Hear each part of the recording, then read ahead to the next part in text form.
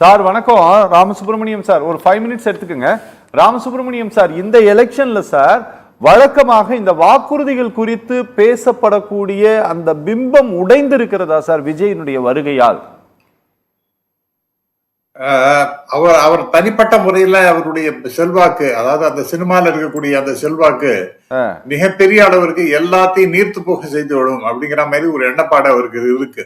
சரி, அதாவது அவருடைய செல்வம் சினிமா கவர்ச்சி மத்த எல்லா விஷயத்தையும் தூக்கி சாப்பிட்டுரும், மத்த எல்லாரையும் அரசியல்ல ஜாம்பவான்கள்லாம் இருக்கிறவங்க அவங்க எல்லாம் காணா போயிடுவாங்க அப்படிங்கிற மாதிரி ஒரு மிகப்பெரிய கற்பனையில அவர் இருந்துட்டு இருக்காரு. அவர் ஐ திங்க் அது ஒரு அபத்தமான ஒரு கற்பனை என்ன எல்லாருக்குமே தெரியும்.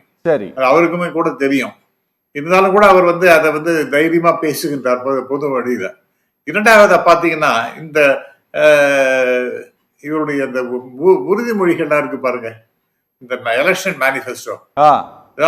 ஐ திங்க் எல்லாரையும் அதெல்லாம் பாக்குறவங்க படிக்கிறவங்க எல்லாரும் முட்டா பாயுதுங்க நினைச்சிட்டு அவர் என்னத்தையும் ஒண்ணு பேசிட்டு இருக்காரு.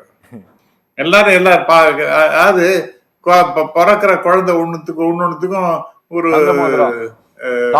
மோதிரம் கொடுக்குறேன்னு, அது தாங்க இவர் தான் மாமாவா, இவர் எல்லா குழந்தைகளுக்கும் மாமாவா இருந்துட்டு மோதிரங்களை பரிசாக வழங்குவாராம். என்ன இது அபத்தமா இருக்கு, எல்லாம் கேலி கூத்து பண்ணிட்டு இருக்காரு அவரு. அது மட்டும் இல்ல சார், கல்யாணங்கள் ஏழ்மையான வீட்டு கல்யாணங்கள் நடக்கிறதுன்னா என்ன சார் 1,20,000 ரூபாய்க்கு ஒரு பவுன் இருக்கு. இவர் ஒரு வீட்டுக்கும் பவுன் கொடுக்கறது ஒரு பவுன் கொடுப்பாராம் அவரு. 1,20,000. இதெல்லாம் பாசிபிளா? யாரு இந்த நாட்டையே நீங்க அழகு வச்சா கூட அவ்வளவு பணம் கிடைக்காது.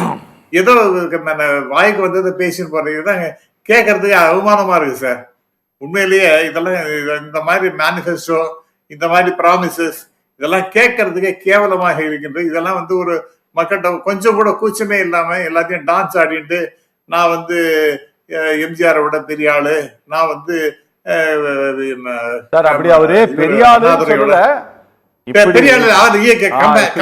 ஒருத்தர் தான் இருக்கணுமா, அப்படி நான் ஒருத்தர் இருப்பேன், எனக்கு ஒரு வாய்ப்பு கொடுங்கன்னு கேட்கிறாரு, அவ்வளவுதான்.